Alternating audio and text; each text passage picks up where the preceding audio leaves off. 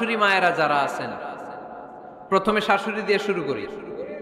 আমার মাইকের আওয়াজ যে ঘরগুলোতে যায়, আমার শাশুড়ি মাদেরকে বলবো, বউদের উপর অত্যাচার করবেন না। ছেলেরে প্রশ্ন করে, তোর কাছে তোর বউ বড় না আমি বড়? আছে না নাই? দুইজনেই বড়।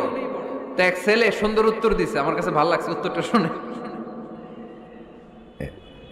এক মা প্রশ্ন করছে, তোরে এতদিন আমি লালন পালন করে বড় করলাম, জীবন যৌবন তোর জন্য শেষ করলাম, আজকে বউ পাইয়া বউ তোর আপন হয়ে গেল। এবার ছেলে উত্তর দিছে, মা, আমার মুখ থেকে মা ডাক শোনার জন্য তুমি কি কষ্টটাই না করছো জীবনে। ওষুধ খাইছো, তোমার পেট কেটে আমারে বের করা হয়েছে, 2 বছর আমারে দুধ খাওয়াইছো, পেশাব পায়খানা পরিষ্কার করেছো।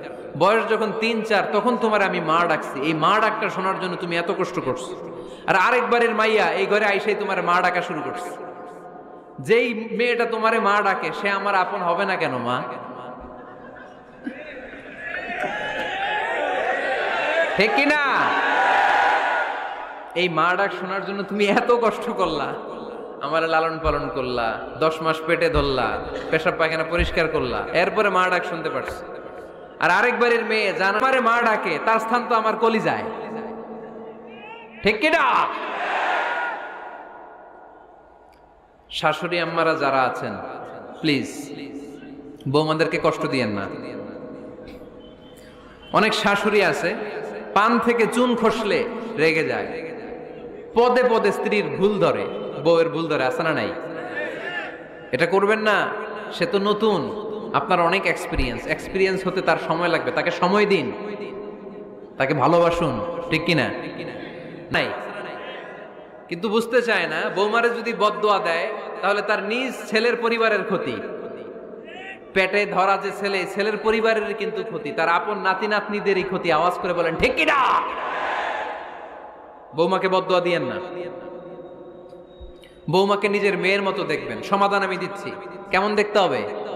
নিজের মেয়ের মতো। নিজ প্রণা, ওইখানেই ঝামেলা। আছে না নাই? মেহেরবানি করে আপনার বৌমাকে আপনার নিজের মেয়ের মতো দেখেন। নিজের মেয়েরে যেমনি আদর করেন তাকেও অমনি আদর করেন। আপনার বৌমারে যদি আপনি কষ্ট দেন, মনে রাখবেন আপনার নিজের মেয়েটাও আরেকবারের বউ হয়ে কয়েকদিন পরে যাবে, ফিরিয়ে দিবে। চিল্লায় বলেন ঠিক কিনা? খবরদার, টিট ফর ট্যাট। ইট্টি মারলে পাটকেলটি খেতে হয়। এজন্য শাশুড়ি আম্মা জানারা যারা আছেন, বৌমার সাথে খারাপ আচরণ করবেন না মেহেরবানি করে। তাকে আপনি কষ্ট দিলে আপনার নিজের মেয়েটাও আরেক বাড়ির বৌমা হবে, সেও ওই বাড়িতে এই কষ্টগুলো ভোগ করবে। এগুলো যখন আপনি শুনবেন তখন আপনার চোখ দিয়ে পানি পড়বে কি পড়বে না? পড়বে। এবার আসেন বৌমার কথা। বৌমা যারা আছেন, মেহেরবানি করে আপনার শাশুড়ি আম্মাকে নিজের মায়ের জায়গায় রাখবেন। আপনার বাড়ি ছেড়ে নতুন বাড়িতে আসছেন, তো এটাই তো আপনার বাড়ি। আপনার মা রেখে দিয়ে নতুন মা পাইছেন, এটাই তো আপনার মা। তো ওনাকে মায়ের জায়গায় বসাতে আপনার সমস্যাটা কোথায়? বৌমারা খেয়াল রাখবেন, আপনি আপনার শাশুড়ির সাথে যে আচরণটা করতেছেন, আপনার শেষ বয়সে আপনার ছেলের বিয়ে দেওয়ার পরে যে বৌমাটা আসবে, ওই আচরণই আপনাকে ফিরিয়ে দিবে। Its own return. প্রকৃতির একটা মাইর আছে, এটা শেষ মাইর, এটা শেষ খেলা। প্রকৃতির খেলা বড় খেলা।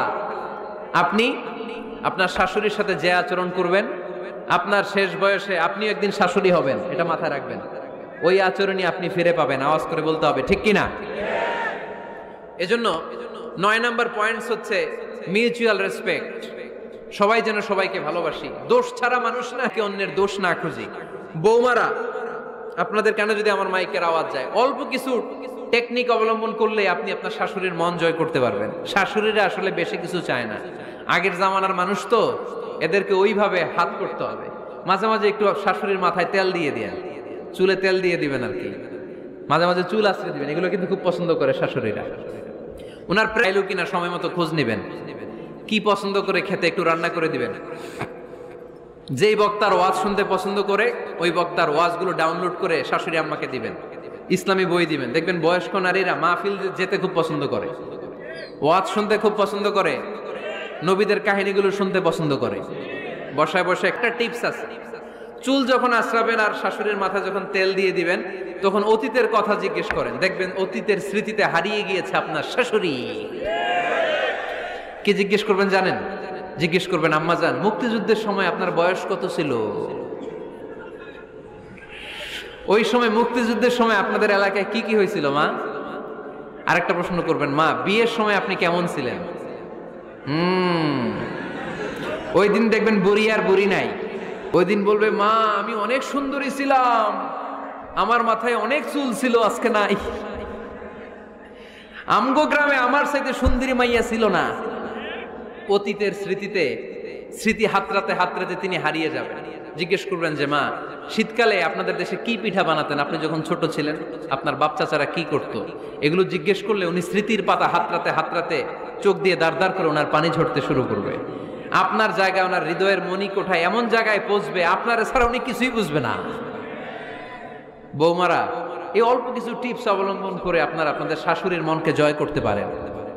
শাশুড়ি বৌমার দ্বন্দ্ব আমরা চাই না। আমরা চাই শাশুড়ি বৌমাকে নিজের মেয়ের মতো জানো, আর বৌমার শাশুড়িকে আপন মায়ের মতো ভালোবাসুক, ঠিক কিনা? এই মিউচুয়াল রেসপেক্টই পারে শাশুড়ি বৌমার দ্বন্দ্বকে দূর করতে, আর ঘরটারে শান্তি টুকরা বানাতে। আওয়াজ করে বলেন ঠিক কিনা? কয়টা গেল?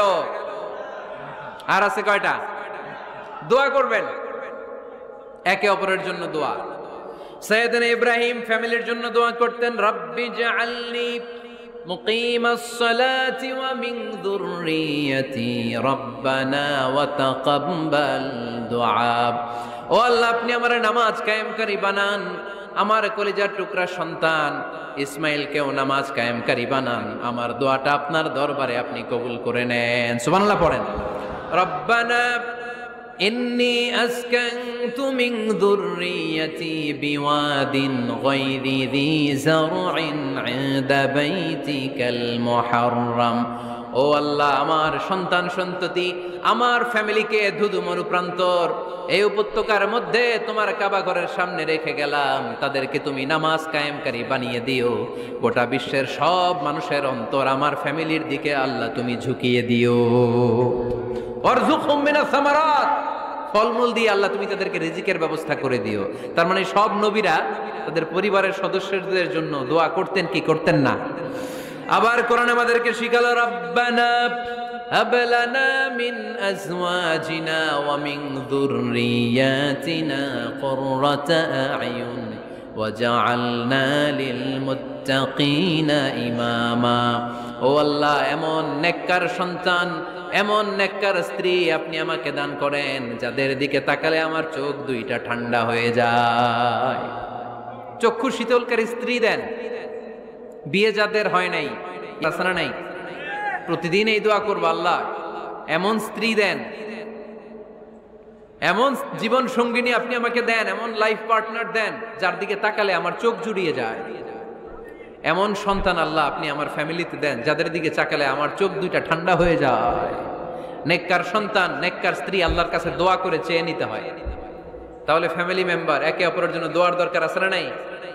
বাবা দোয়া করবে ছেলের জন্য, ছেলে করবে বাবার জন্য, মায়ের জন্য, ভাই করবে বোনের জন্য, বোন করবে ভাইয়ের জন্য। দোয়ার দরকার আছে না নাই? দোয়া করবেন সবাই সবার জন্য। এই যে কোরআনের বঙ্গানুবাদ পাওয়া যায় না এখন, কথা বলেন। স্মার্টফোন আছে কার কার দেখি? হ্যাঁ, কারা কারা স্মার্ট দেখি? হাজার হাজার স্মার্ট। বাংলায় কোরআনের একটা অ্যাপস পাওয়া যায়, কথা বলেন, পাওয়া যায় কি যায় না? আজকে থেকে এই অ্যাপসটা ডাউনলোড করে প্রতিদিন এক আয়াত, দুই আয়াত, তিন আয়াত করে পড়া শুরু করে দেন। বাঁচতে হলে পড়তে হবে, বাঁচতে হলে জানতে হবে, ঠিক কিনা? কোরআন শুরু করছে, ইকরা বিসমি রাব্বিকাল্লাযী খালাক। বাঁচতে হলে জানতে হবে, বাঁচতে হলে পড়তে হবে, পড়ার কোনো বিকল্প নাই। আওয়াজ করে বলেন ঠিক কিনা? সুজানগরের রায়েরা, মোবাইলের অ্যাপসের ভিতরে আমরা কোরআন রাখতে রাজি আছি তো সবাই? হাদিসের অ্যাপস ডাউনলোড করতে রাজি আছি তো? বাস, হ্যাঁ, প্রতিদিন একটা আয়াত হলেও যেন আমরা পড়ি। আল্লাহ যা বলা দরকার সব বলে দিয়ে গেছে, নতুন করে আর কিছু বলবে না। আমরা যেন পড়াশোনা করি, আমরা যেন একটা পাঠাগার বানাই। আবারও কখনো আসার সুযোগ হইলে আমি জিজ্ঞেস করবো, যদি আমার মনে থাকে যে আপনাদের পাঠাগার আছে কার কার ঘরে, সেদিন সবার হাত তুলতে হবে এমনি।